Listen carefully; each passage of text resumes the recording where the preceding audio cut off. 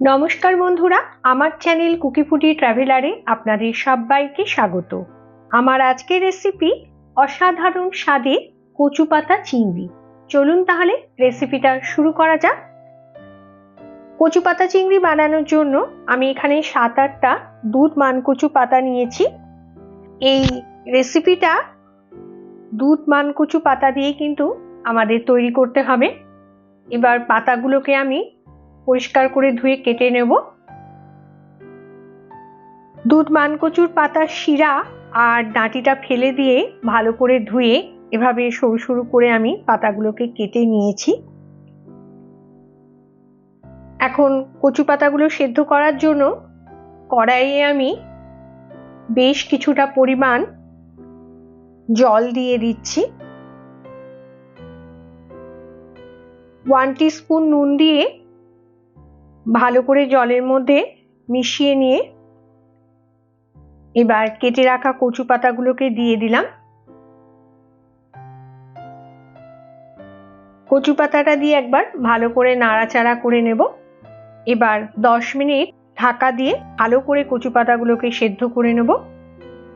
কচু পাতাগুলো সেদ্ধ হতে দিয়ে একটা মিক্সিং জারের মধ্যে দিয়ে দিচ্ছি 1 টেবিল স্পুন কালো সর্ষে, 1 টেবিল স্পুন হলুদ সর্ষে আর 2 টেবিল স্পুন পোস্ত দিয়ে প্রথমে আমি মিক্সিতে একটু গুঁড়ো করে নেব শুকনো করে। মিক্সিতে আমি সর্ষে পোস্ত ভালো করে গুঁড়ো করে নিয়েছি। এবার এর মধ্যে আমি 1/2 টিস্পুন নুন, ঝালের জন্য 4টে কাঁচা লঙ্কা দিলাম।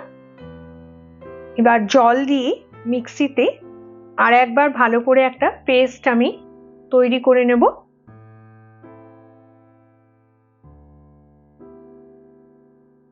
সর্ষে পোস্তর পেস্টটা আমার তৈরি করা হয়ে গেছে। এবার এই সর্ষে বাটার মধ্যে জল দিয়ে ভালো করে একটু মিশিয়ে নিচ্ছি।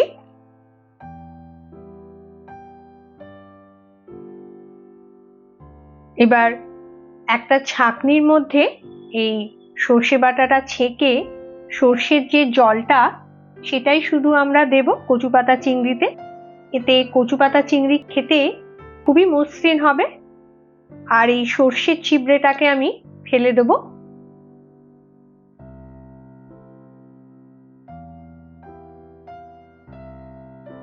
এবার একটা মিক্সিং জারের মধ্যে 1/2 কাপ নারকেল দিয়ে দিলাম। একটু জল দিয়ে মিক্সিতে নারকেলটাকে ভালো করে বেটে নেব। নারকেলটাকেও আমি খুব ভালো করে বেটে নিয়েছি। 10 মিনিট হয়ে গেছে, ঢাকাটা খুলে নিলাম।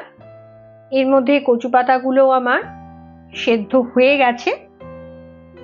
এবার জল ঝরিয়ে নিয়ে কচু পাতাগুলোকে আমি নামিয়ে নেব।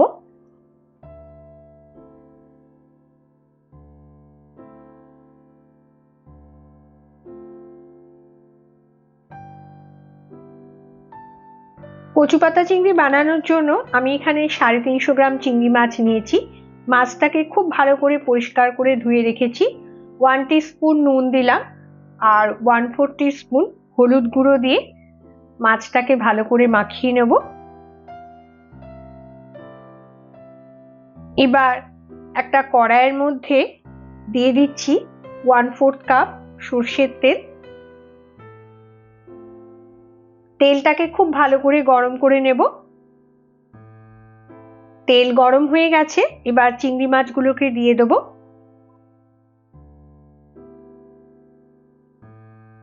মিডিয়াম টেম্পারেচারে চিংড়ি মাছগুলো ভালো করে ভেজে নিচ্ছি। তবে খুব বেশি কড়া করে আমি চিংড়ি মাছগুলো ভাজবো না, এতে চিংড়ি মাছগুলো শক্ত হয়ে যায়। মাছগুলো ভাজা হয়ে গেছে, একটা প্লেটের মধ্যে তুলে রেখে দেব। চিংড়ি মাছ ভাজার তেলের মধ্যে 1/2 টিস্পুন কালো জিরে দিয়ে দিলাম। কালো জিরেটা দিয়ে কয়েক সেকেন্ড একটু নাড়াচাড়া করে নেব। এবার দিয়ে দিচ্ছি সেদ্ধ করে রাখা দুধ মান কচু পাতা। এবার কচু পাতাটা দিয়ে 5-6 মিনিট ভালো করে ভেজে নেব।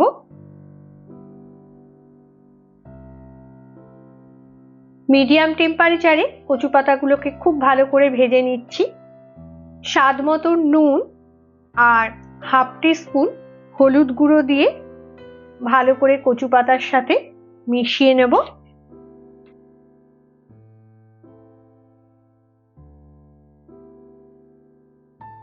এবার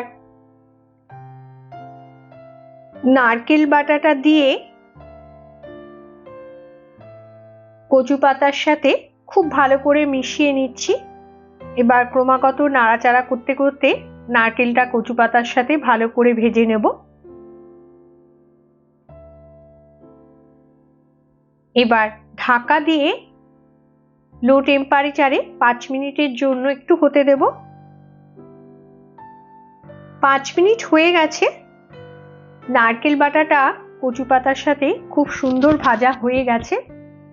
এখন সর্ষের ছাকার জলটাকে দিয়ে দিলাম। বাটিটা ধুয়ে আরো একটু জল দিলাম। ভালো করে এবার কচু পাতার সাথে মিশিয়ে নেব। এবার ভেজে রাখা চিংড়ি মাছগুলোকেও দিয়ে দিলাম।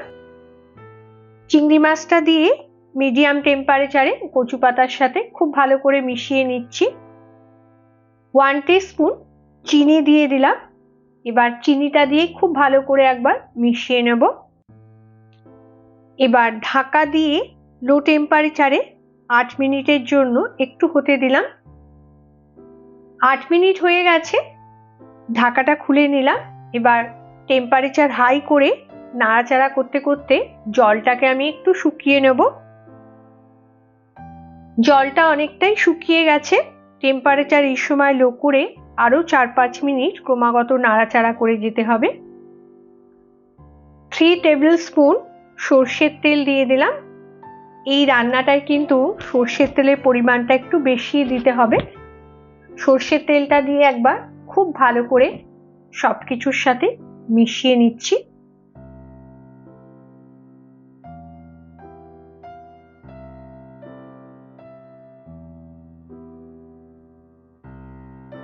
সবশেষে আমি ফ্রেশ ক্রিম একটু অ্যাড করব।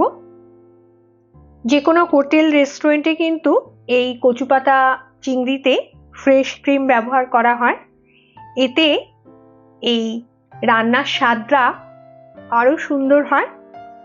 আপনারাও একবার এইভাবে কচু পাতা চিংড়ি রান্না করে দেখবেন, এর স্বাদ অসাধারণ হয়।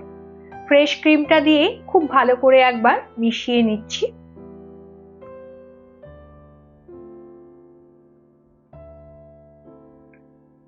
এবার টেম্পারেচার অফ করে ঢাকা দিয়ে 5 মিনিট একটু রেস্টে রেখে দেব। 5 মিনিট হয়ে গেছে। আমাদের কচু পাতা চিংড়ি একদম রেডি। এবার নামিয়ে নিয়ে আমি একটা প্লেটের মধ্যে সার্ভ করে দেব। দেখলেন তো কত সহজেই তৈরি হয়ে গেল সুস্বাদু কচু পাতা চিংড়ি। আপনারাও রেসিপিটা একবার অবশ্যই ট্রাই করবেন। ভালো লাগলে লাইক, শেয়ার, কমেন্ট করবেন আর আমার চ্যানেলটিকে অবশ্যই সাবস্ক্রাইব করে আমার পাশে থাকবেন। ধন্যবাদ।